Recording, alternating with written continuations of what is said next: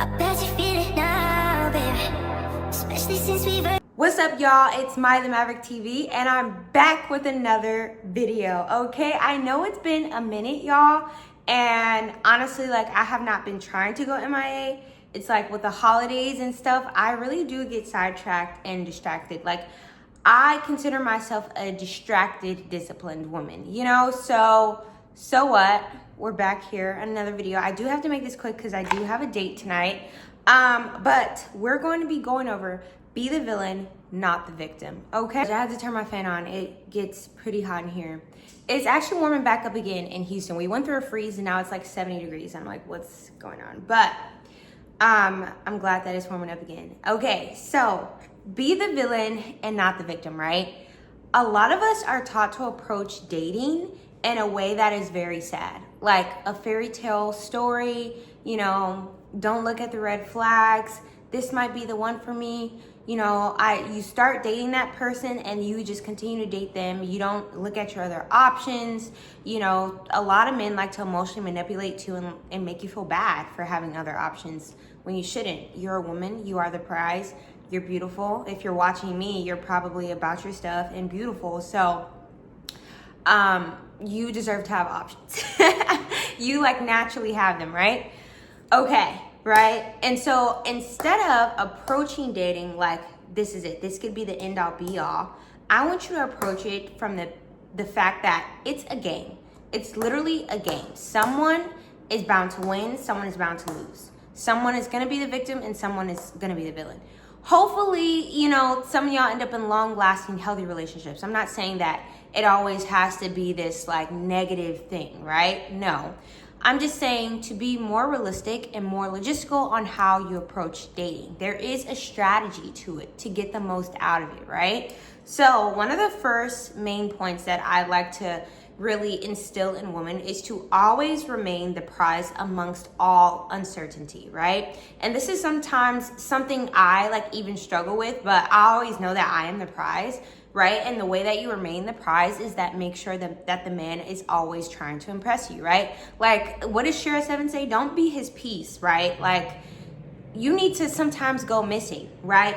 You need to like keep him on his toes so he continues to chase you and realize that you are the challenge and he must always impress you. Because that's why men get pretty complacent when they actually get into relationships, or sometimes earlier on in dating, after the first couple of dates, they're like, you know, because you've probably made yourself too available. He's probably had, you know, enough access to you to where he feels like he doesn't really have to impress you anymore, right? So this is always remaining the prize. Naturally, you should continue to work on yourself in or outside of a relationship, right? Like your fitness, your relationship with God, if you have one, you know, your looks. Like, you should always continue to be self-obsessed because that's naturally gonna make the man more obsessed with you, right? Even earlier on the first couple of dates, right? Like, he needs to know that you are the prize, right? And I talked about this kind of in my last video on like how to make him chase, but you know, one of the main things that I feel like I have is a calm composure, which just comes from emotional mastery. Like, even if I like you, it's not really gonna show. Like, I'm very hard to read, and that has naturally helped me in like getting men to chase me because I'm not really that vocal, you know, like my cues and my facial expressions and my body language comes off pretty cold, and that naturally like has men like, oh my gosh, I want to impress her, I want to do something, so I get a reaction, and you know, that's feeding their validation, and that's literally what men want. They're very easy. Okay, next point, do the least to get the most.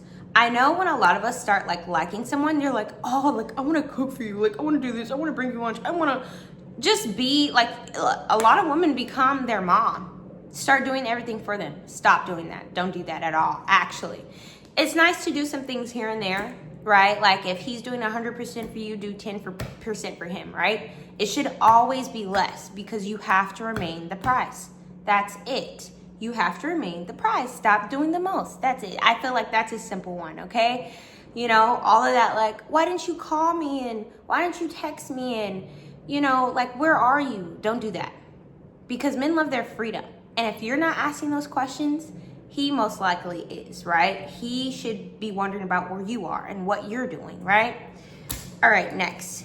Make him invest or spend money every time he's with you, okay?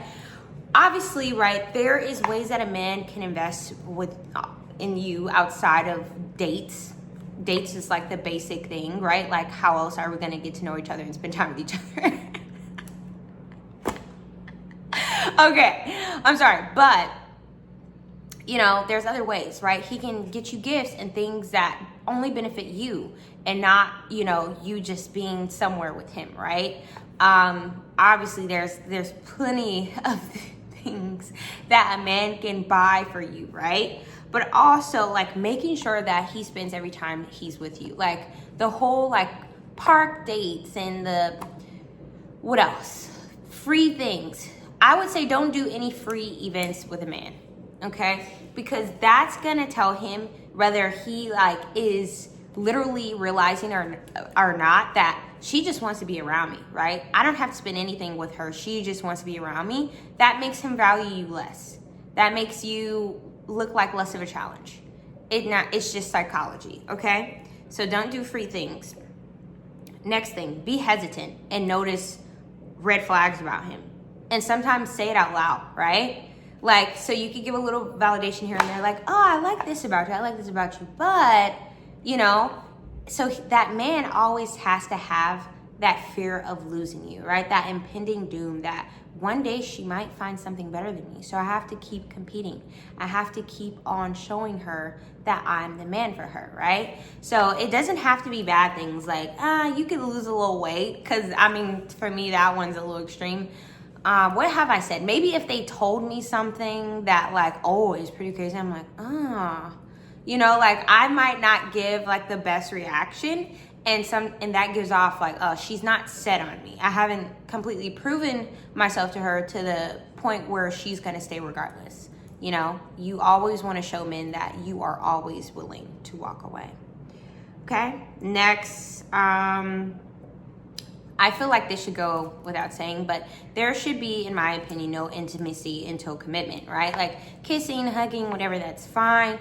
But you taking it further than that shows him that he can have access to you without commitment, without investing quite a bit in you, time, money, whatever, right? And he's gonna think, oh, she probably does this with other guys. That makes you look less desirable. That makes you look less valuable. And I don't really care about the male gaze, right? But if your point is getting a spouse, getting whatever, boyfriend, husband, whatever you're looking for, right? You have to carry yourself with the utmost respect. And that means, hey, look, I'm not rolling around in a mattress with you after a few dates. We're not doing that. You don't say that up front, right? Because you always kind of want to leave that door open because that's what men want. You just have to give the allure that, hey, like I'm sweet, feminine, blah, blah, blah. But in reality, until the conversation of commitment happens, there should be none of that. As well as emotional investment. I put those two together, right? You should remain detached as long as you possibly human viscerally can, okay? Like remain detached. I don't care if you've gone on 6 dates, unless that man has asked you to be his girlfriend and you know that like, hey, he's serious about me, he really likes me, then I would remain detached, continue to let your other options pursue you, and yeah, may the best man win. That's literally how this should go, so that you can walk away from every situation feeling empowered, feeling like you lost nothing. Why? Because you held your boundaries strong, you had high self-respect for yourself, and you are the prize in every situation, okay? Let me see. Is there anything else I forgot? I feel like I was touching on a point right in the midst of something. Those were the main points, though, that I have written down. Yeah, you're the prize. You are the prize. Literally, if someone walks out your life, they're not taking away anything. Why? Because if you are the woman, you are the prize. You create the vibe. They pursued you because you have something that they want. So by them walking away, they didn't take that. They took themselves. And if they took themselves, it's probably because they were not good enough. Okay? So, yeah, that's what I have for today. Love y'all. I will be being more consistent. So make sure you tune in. Make sure you subscribe to my channel if you're not subscribed yet. And like and comment on this video. Duh.